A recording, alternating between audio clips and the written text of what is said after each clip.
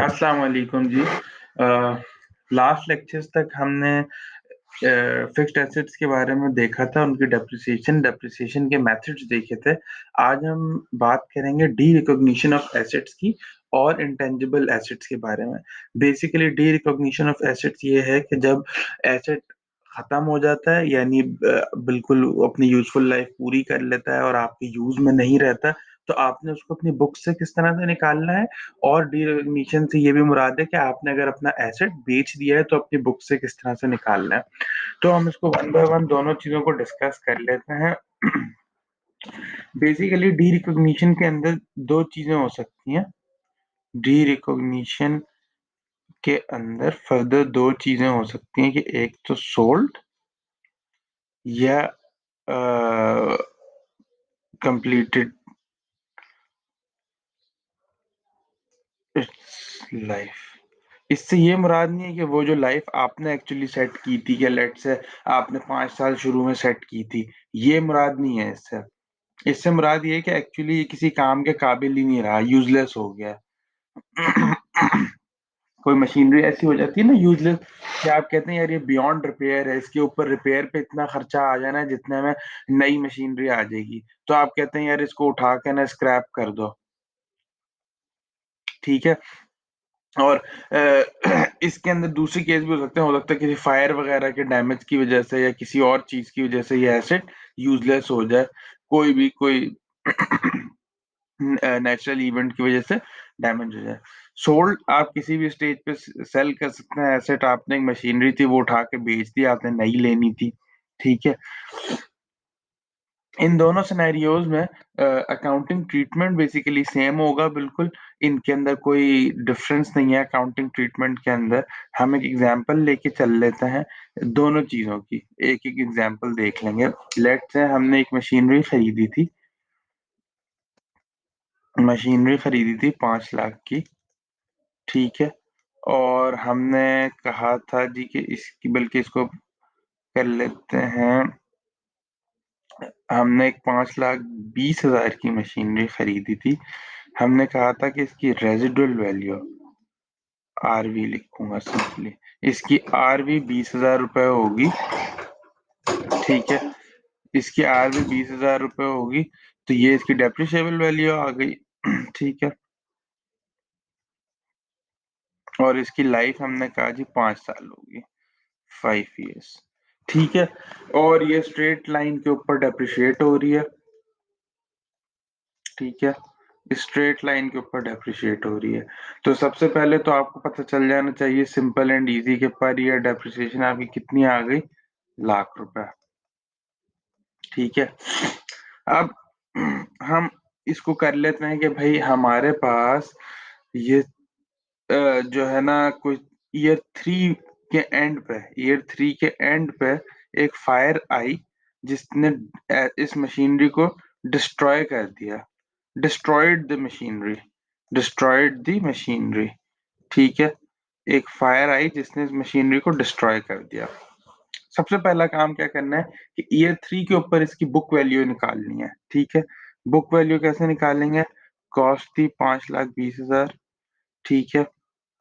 Depreciation charge हुई पहले साल में 1,00,000 रुपए, दूसरे साल में 1,00,000 रुपए, तीसरे साल में 1,00,000 रुपए। Agreed. Year 1, year 2, year 3। Agreed, कोई मसला इसमें नहीं होना चाहिए। तो ये कितने बच गए, 2,20,000। ये है इसकी book value, book value as at the end of year 3। Right. ठीक है। अब हो गई है डिस्ट्रॉय। डिस्ट्रॉयड, फायर ने डिस्ट्रॉय कर दिया बियॉन्ड रिपेयर। ठीक है। Beyond repair. और जो कुछ इसमें बचा कुचा था वो हमने 50,000 रुपए का बेच दिया है। Sold for 50,000। वो कहते हैं ना स्क्रैप उठा के बेच दिया, मतलब कुछ लोहा कोई चीज कुछ तो बचा होगा ना उसमें, 50,000 रुपए का स्क्रैप कर दिया है, स्क्रैप।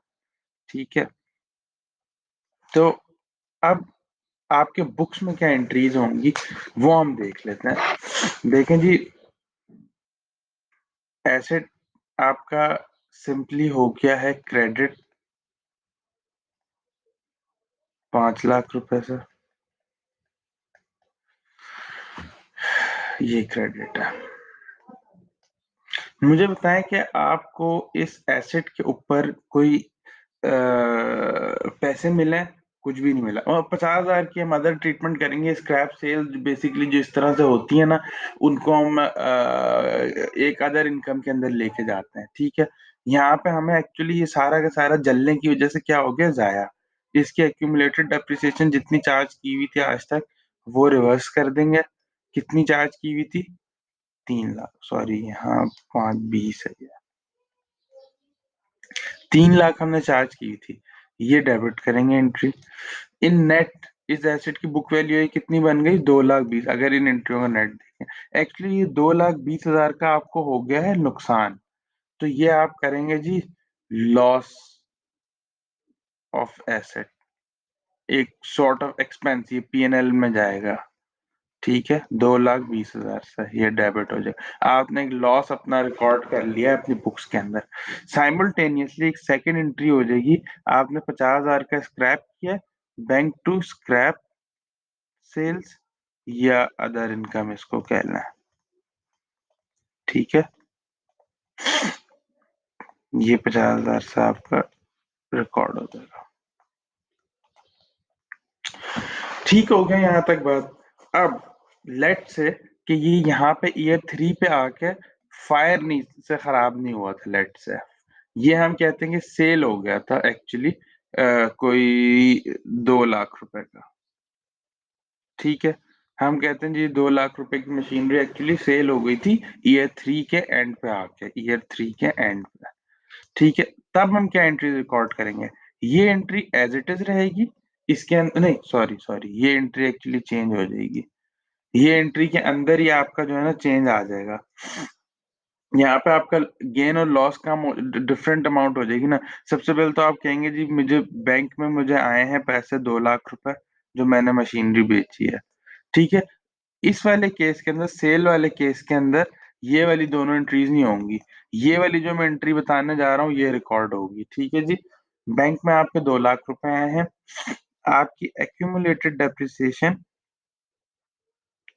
कितनी थी? 3 लाख। और आपका एसेट कितना था बुक्स में? एसेट था आपका 5,20,000 का। एक्चुअली आपको अभी भी 20,000 का लॉस हो गया है इसको बेचने पे।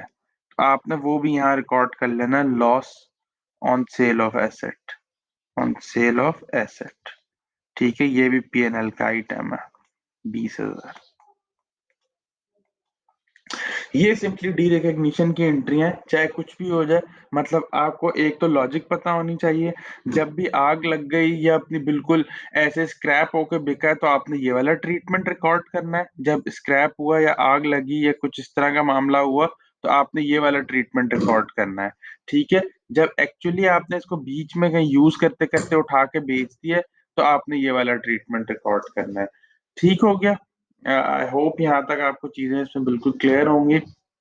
सो डी रिकग्निशन ऑफ एसेट्स में सब यही कुछ है, इससे ज्यादा कुछ भी नहीं है इसके अंदर। So let's move towards the next topic, intangibles. Intangibles कोई बहुत डिटेल में देखने की हमें जरूरत नहीं है, क्योंकि accounting treatment same, accounting treatment बिल्कुल सेम जो है ना, वो है कौन सा? टेंजिबल एसेट्स वाला, ठीक है। टेंजिबल एसेट्स वाला, एक्सेप्ट ये कि इस पर डेप्रिसिएशन की चार्ज नहीं होती, इस पे एमोर्टाइजेशन चार्ज होती है। चीज दोनों एक ही है, मतलब अकाउंटिंग दोनों चीजों की एक ही है, ठीक है। बट सिर्फ नाम का फर्क है। लेट से एक हमने एक लाइसेंस लिया है। फॉर एग्जांपल मैं एक एविएशन बिजनेस के अंदर हूँ, मैं मेरी एक एयरलाइंस है, ठीक है। मुझे ये एयरलाइन चलाने के लिए एक सिविल एविएशन अथॉरिटी से लाइसेंस लेना पड़ता है, जिस लाइसेंस की लाइफ है 15 साल। यानी मुझे 15 साल के लिए एक लाइसेंस, बल्कि इसको कम कर लेते हैं, इतना लंबा लाइसेंस तो सिविल एविएशन देती नहीं है। इस लाइसेंस की लाइफ है 5 साल। 5 साल के बाद इसकी रिन्यूअल के लिए फुल फ्लेज मुझे प्रोसेस दोबारा से रिवाइज करना पड़ेगा, ठीक है। मतलब ये ऐसा सिंपल रिन्यूअल नहीं है कि बस मैं जाऊंगा और रिन्यू हो जाएगा। ठीक है, तो मैं कहता हूँ कि चलें जी, मुझे ये 5 साल के लिए लाइसेंस सिविल एविएशन से मिल गया है। इसकी कॉस्ट थी लेट से ₹1,00,000। ठीक है, तो मैं इसको सिंपली क्या करूंगा, 5 साल के ऊपर एमोर्टाइज कर दूंगा। 20,000 रुपए एवरी ईयर मेरे पीएनएल के अंदर चले जाएंगे। डी रिकॉग्निशन, रिकॉग्निशन उन सारी चीजों में क्राइटेरिया वही है। रिकॉग्निशन आप एसेट की तब करते हैं किसी की भी जब वो रेडी फॉर इंटेंडेड यूज होता है। ये नहीं कि आपने खरीद लिया तो आप रिकॉग्नाइज कर लेंगे, उसकी डेप्रिसिएशन चार्ज करना शुरू कर देंगे। आप उसकी डेप्रिसिएशन का चार्ज शुरू ही तब करते हो जब वो आप रेडी होता है इंटेंडेड यूज के लिए। ठीक है, तो डेप्रिसि इंटेंजिबल्स के अंदर कोई अलग से खास बात नहीं है बताने वाली। कोई छोटी सी मैंने एग्जांपल दे दी है, आप इसको खुद से देखें, खुद से इससे रेलेवेंट क्वेश्चंस करें। अगर आपको कुछ समझ नहीं आता तो I am available, we can discuss this topic further if you have any questions. कोई स्पेसिफिक एग्जांपल है जो कि आप मुझसे सॉल्व कराना चाहते हैं तो you can tell me that as well. मैं आपके लिए सॉल्व कर दूंगा वो एग्जांपल। मीनवाइल आपको मैं हर लेक्चर में ही बता चुका हूँ, अभी भी बता देता हूँ। ये मेरा ईमेल एड्रेस है noman@nmjscont.com। ठीक है जी, और मुझे आप नीचे कमेंट बॉक्स में भी कमेंट करके क्वेश्चन पूछ सकते हैं अगर आपका कोई क्वेश्चन है।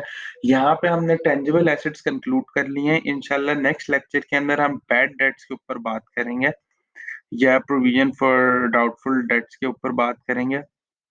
वो कंक्लूड करने के बाद हम बैंक रिकॉन्सिलिएशंस देखेंगे एंड होपफुली हमारा ये पूरा जो सिलेबस है ये कोई 4 से 5 लेक्चर्स के अंदर कंक्लूड हो जाएगा, ये वाला कोर्स जो है। इसके अंदर अगर आप कुछ चाहते हैं कि मैं कुछ एडिशनल टॉपिक भी पढ़ाऊं, क्योंकि मैंने एक जेनेरिक जो टॉपिक्स इस लेवल के सिलेबस के अंदर होते हैं वो इंक्लूड किए हैं। किसी का कोई स्पेसिफिक एडिशनल टॉपिक जरूर हो सकता है उसके सिलेबस में, वो मुझे कह दें, मैं उसके ऊपर भी एक लेक्चर बना के अपलोड कर दूंगा। थैंक यू सो मच जी, अल्लाह हाफिज।